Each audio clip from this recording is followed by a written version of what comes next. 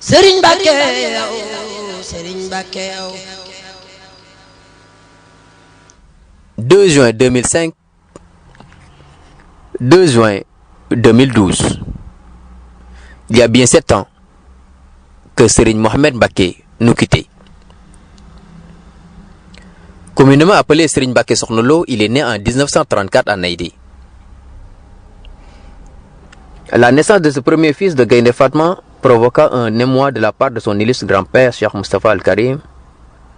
premier calife de Cheikh Al-Khadim, qui prédit en lui un destin de bâtisseur du village de Taïf.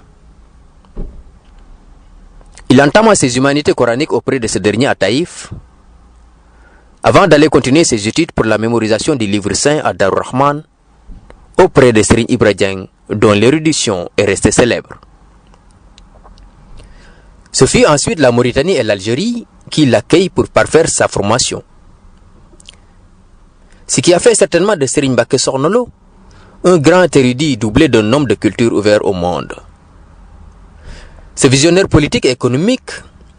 avait, de par ses qualités d'homme de science, tissé des relations cordiales avec des grands de ce monde. Il a su entretenir, fructifier et élargir les relations que Gaïndé Fatma avait tissées partout dans le monde. Ce qui fait que Serigne Mbacké comptait des amis partout, y compris des chefs d'État, des responsables politiques, des hommes d'affaires,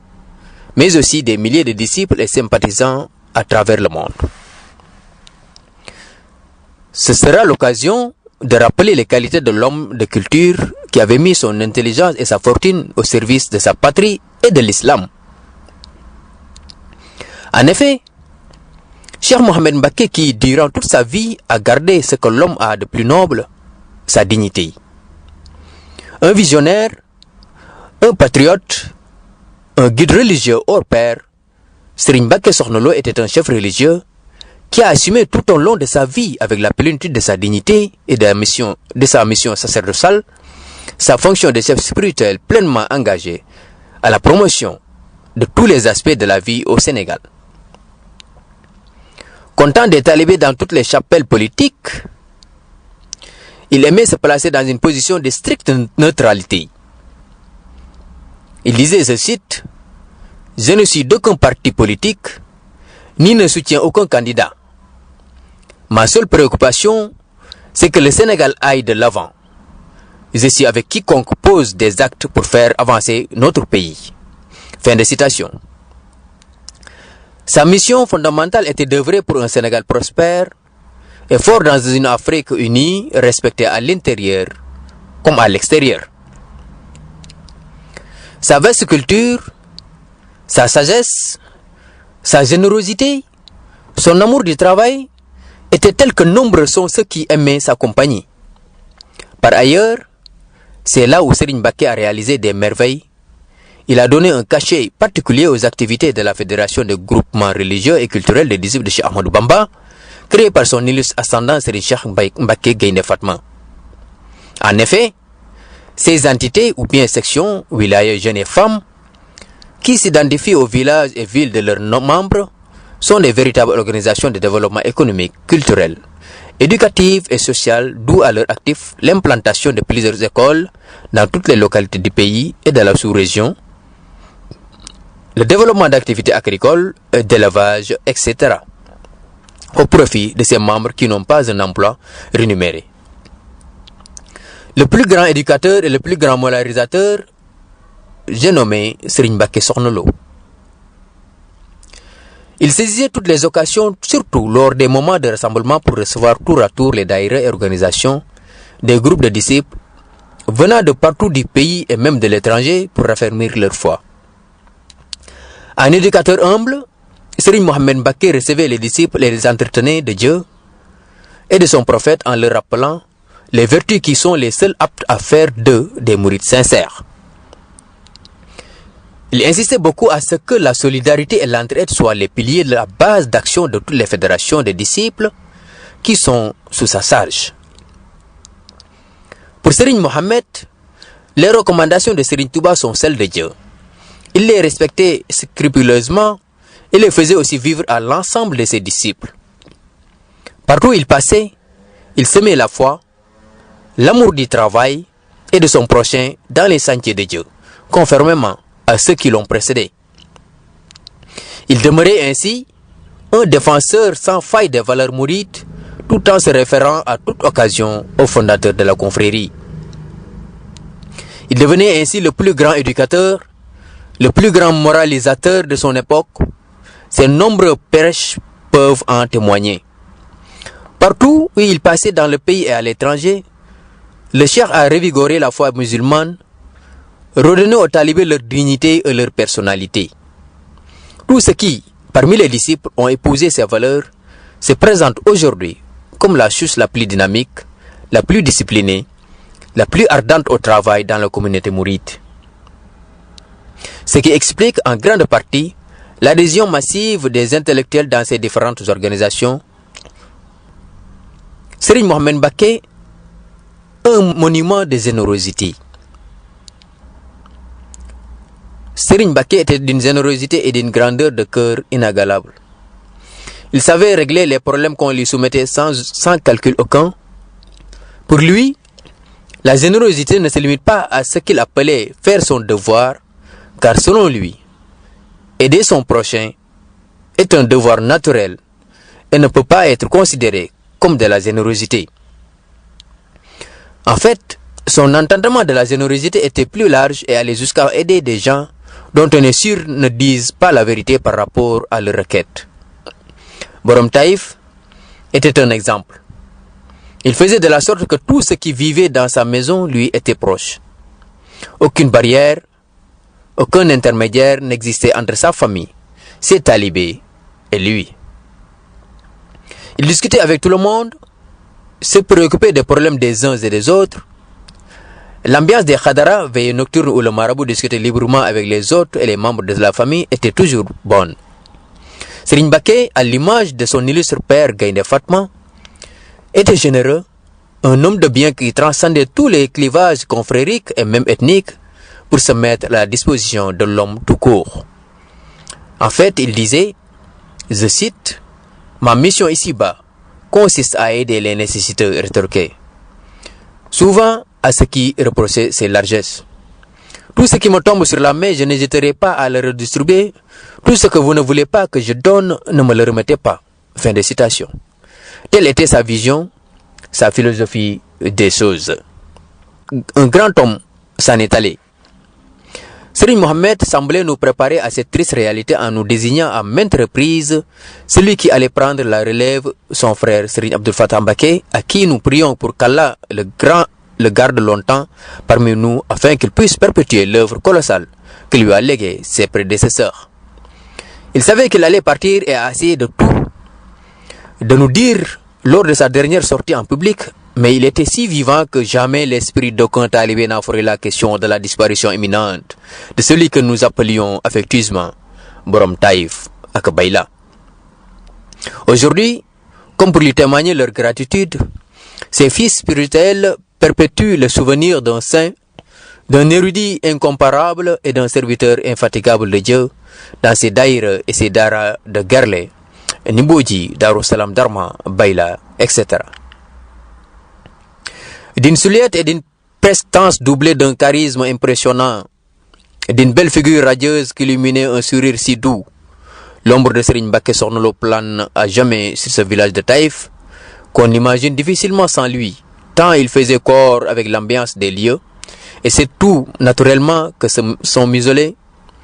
des ans plus jamais, est situé à la d'aventure de la résidence Cheikh Moustapha, bâti à hauteur de milliards dans ce pauvre village qu'il servait jusqu'à son dernier souffle. À l'âge de 71 ans, Serigne Mbacké est parti pour ne plus revenir, laissant pantois un peuple abasourdi, encore incrédule d'avoir compté dans ses rangs un homme d'une telle dimension. Une véritable icône au paradis, à côté de Cheikh Moustapha, celui qui fit son repère et guide. Il doit goûter avec félicité la récompense promise par le Seigneur à ceux qui ont préservé dans la droiture et accomplissaient de bonnes actions uniquement pour la face de Dieu. Tout de même, Il y a une atténuation à notre détresse quand nous savons qu'il est parti sans partir. Il est resté dans l'héritage de Serigne Abdou Fatah et de Serigne Moustapha Ndiagne, son fils aîné. Radio Khassida Online faisait hommage à Serigne Mbacké Sokhna Lo. Merci de votre attention. Serigne Mbacké yow Serigne Mbacké yow Serigne Mbacké yow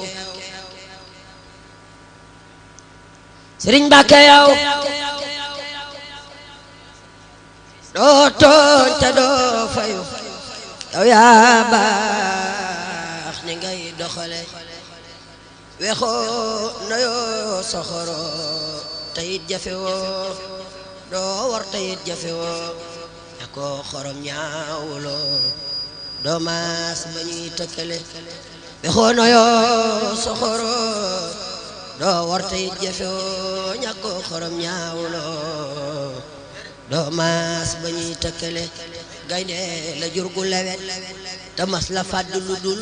ite ki soxla ki jaaxle kooka moo darale moo tax nga mel ni nga mel ngir niru woo ko may jikkoom yu rëy yi nga lamboo boole koog bari le jàmbaari lislaam nga gis góor munta yaatu lewet yaakaari ñépp nga ndax doo gantu doo gënale lii tax nga xëy jiitu mbooleem nit ñu baax ñi fi gën te ñëpp a ne fi yow ñoo yey ni yaa matale doonay tukkal moo di daal ko yóbbu ngaax ya ñu gis yaa boot ñi baax ak ñi bon boot ñi man ak ñi tële bokk ak jaambur yam fi yow ku ñëw nga teral ab tabbu woomal nga doo jeexal te doo dikkile yow yaa di ab sang dis gor xam teral nga te xër Cheikh Mbacké Cheikh Moustapha seen naal ya ngay àggale yaa yaatu yaa mën a muñ yaa noppi yaa bari jom Cheikh Moustapha togg jox Cheikh jox la ngay dënale samaam ja Cheikh Moustapha sabay balañ nasaroon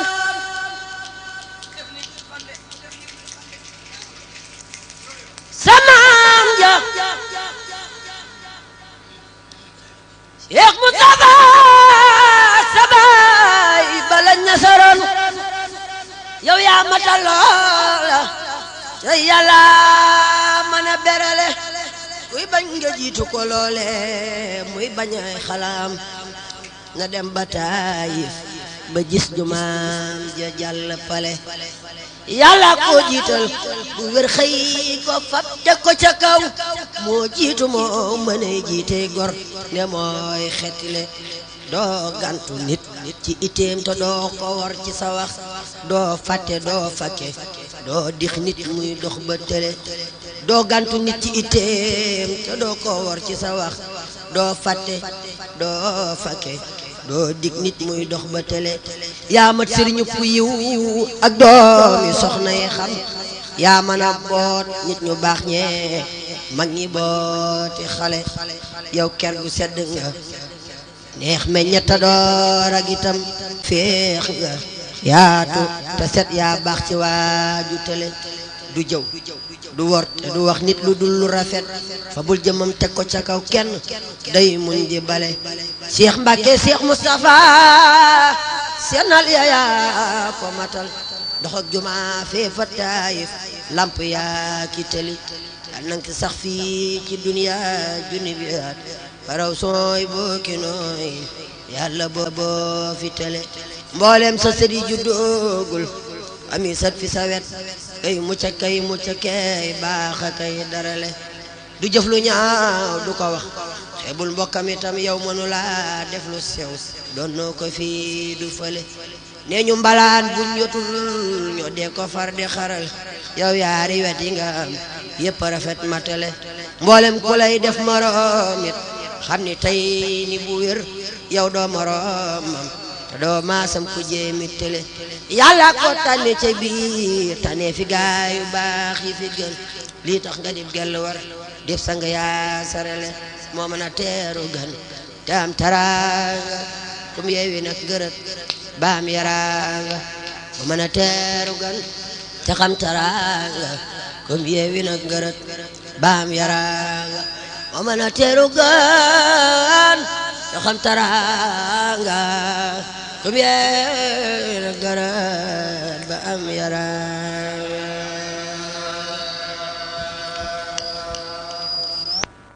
Sëriñ Mbàkke yow Sëriñ Mbàkke yow Sëriñ Mbàkke yow Sëriñ Mbàkke yow doo tooñ te doo fayu yow yaa baax ni ngay doxale wexoo nayoo soxoro te it jafewoo doo war te it jafewoo ñàkkoo xorom ñaawuloo doo maas ba ñuy tëkkale wexoo nayoo soxoro doo war te it jafewoo ñàkkoo xorom ñaawuloo doo maas ba ñuy tëkkale gaynde la jur gu lewet te mas la fàdd lu dul ite ki soxla ki jaaxle kooka moo darale moo tax nga mel ni nga mel ngir niru woo ko may jikkoom yu rëy yi nga lamboo boole koog bari le jàmbaari lislaam nga gis góor munta yaatu lewet yaakaari ñépp nga ndax doo gantu doo gënale lii tax nga xëy jiitu mbooleem nit ñu baax ñi fi gën te ñépp a ne fi yow ñoo yay ni yaa matale doonay tukkal moo di daal ko yóbbu ngaax ya ñu gis yaa boon ñi baax ak ñi bon boon ñi man ak ñi tële bokk ak jaam war a yam fi yow ku ñëw nga teral ab tab woomal nga doo jeexal te doo dikkile yow yaa di ab sang dis gor xam teraanga te xër Cheikh Mbacke Cheikh Moustapha seen naal ya ngay àggale yaa yaatu yaa mën a muñ yaa noppi yaa bari jom Cheikh Moustapha togg jox Cheikh jox la ngay dënale samaam ja Cheikh Moustapha sabay balañ nasaroon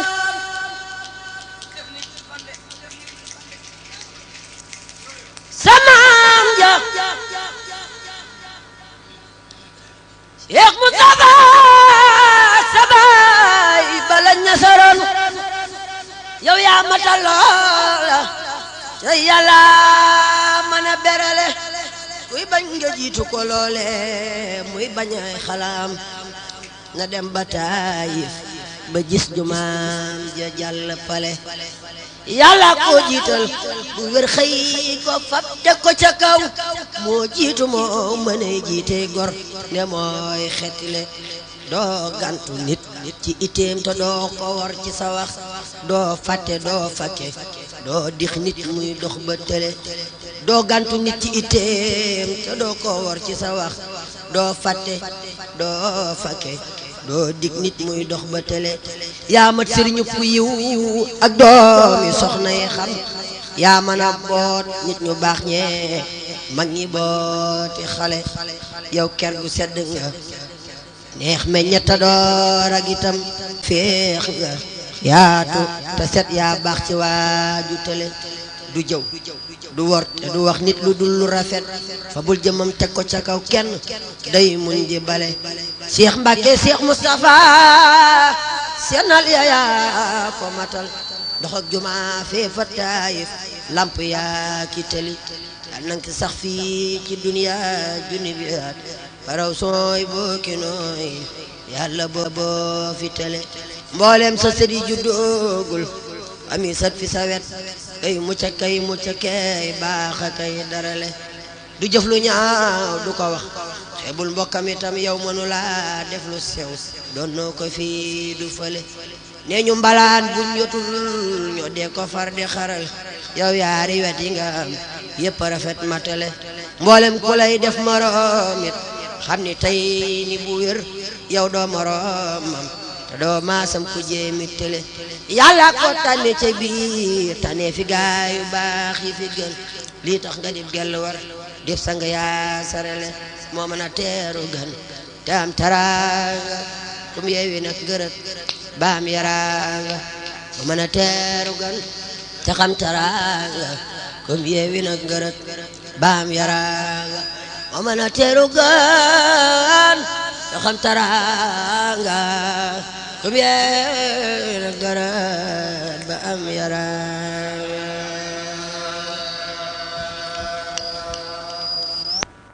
Sëriñ Mbàkke yow Sëriñ Mbàkke yow Sëriñ Mbàkke yow Sëriñ Mbàkke yow doo tooñ te doo fayu yow yaa baax ni ngay doxale wexoo noyoo soxoro tayit jafewoo doo war tayit jafewoo ñakoo xorom ñaawuloo doo maas ba ñuy tëkkale wexoo noyoo soxoro doo war tayit jafewoo ñakoo xorom ñaawuloo doo maas ba ñuy tëkkale gaynde la jur gu lewet te mas la fàddu lu dul ite ki soxla ki jaaxle kooka moo darale moo tax nga mel ni nga mel ngir niru woo ko may jikkoom yu rëy nga lamboo boole koog bari le jàmbaari lislaam nga gis góor munta yaatu lewet yaakaari ñépp nga ndax doo gantu doo gënale lii tax nga xëy jiitu mbooleem nit ñu baax ñi fi gën te ñëpp a ne fi yow ñoo yey ni yaa matale doonay tukkal moo di daal ko yóbbu ngaax ya ñu gis yaa boon ñi baax ak ñi bon boon ñi man ak ñi tële bokk ak jaamurayam fi yow ku ñëw nga teral ab tabbu woomal nga doo jeexal te doo dikkile yow yaa di ab sang dis gor xam teral nga te xër Cheikh Mbacke Cheikh Moustapha seen naal ya ngay àggale yaa yaatu yaa mën a muñ yaa noppi yaa bari jom Cheikh Moustapha togg jox Cheikh jox la ngay dënale samaam ja Cheikh Moustapha sabay balañ nasaroon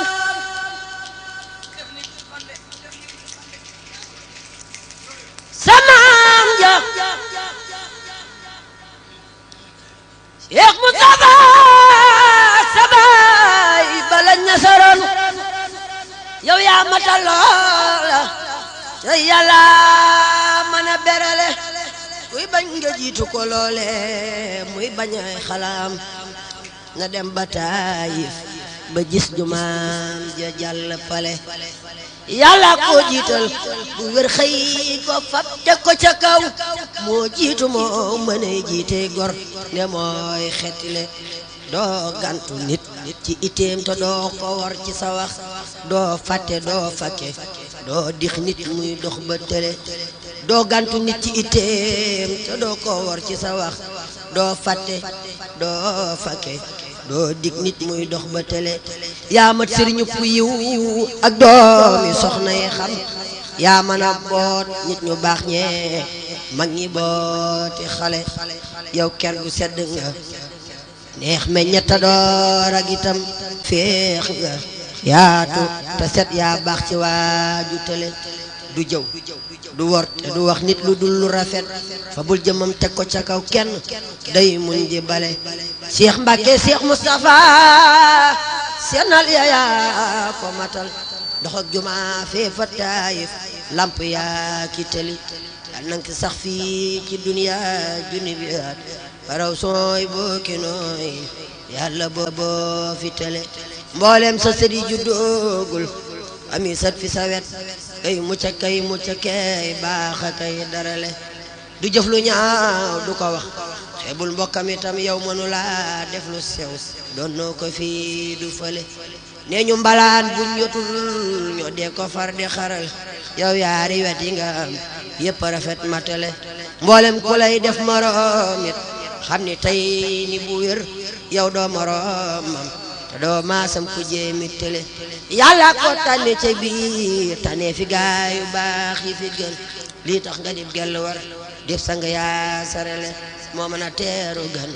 te am taraanga kum yeewi nag gërët baam yaranga mu mën a teeru gan te xam taranga comme yeewi nag ngërët baam yaranga mu mën a teeru gan te xam taranga comme yeewi nag ngërët baam yaranga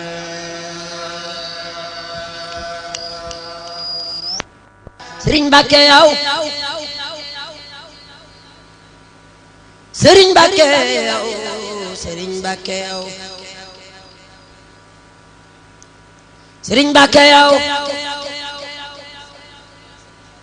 doo tooñ te doo fayu yow yaa baax ni ngay doxale wexoo nayoo soxoro te it jafewoo doo war te it jafewoo akoo xorom ñaawuloo doo maas ba ñuy tëkkale wexoo nayoo soxoro doo war te it jafewoo ñàkkoo xorom ñaawuloo doo maas ba ñuy tëkkale gaynde la jur gu lewet te mas la fàdd lu dul ite ki soxla ki jaaxle kooka moo darale moo tax nga mel ni nga mel ngir niru woo ko may jikkoom yu rëy yi nga lamboo boole koog barile jàmbaari lislaam nga gis góor munta yaatu lewet yaakaari ñépp nga ndax doo gantu doo gënale lii tax nga xëy jiitu mbooleem nit ñu baax ñi fi gën te ñëpp a ne fi yow ñoo yey ni yaa matale doonay tukkal moo di daal ko yóbbu ngaax ya ñu gis yaa boon ñi baax ak ñi bon boon ñi man ak ñi tële bokk ki jaam war a yam fi yow ku ñëw nga teral ab tab woomal nga doo jeexal te doo dikkile yow yaa di ab sang dis gor xam teral nga te xër Cheikh Mbacke Cheikh Moustapha seen naal ya ngay àggale yaa yaatu yaa mën a muñ yaa noppi yaa bari jom Cheikh Moustapha togg jox Cheikh jox la ngay dënale samaam ja Cheikh Moustapha sabay balañ nasaroon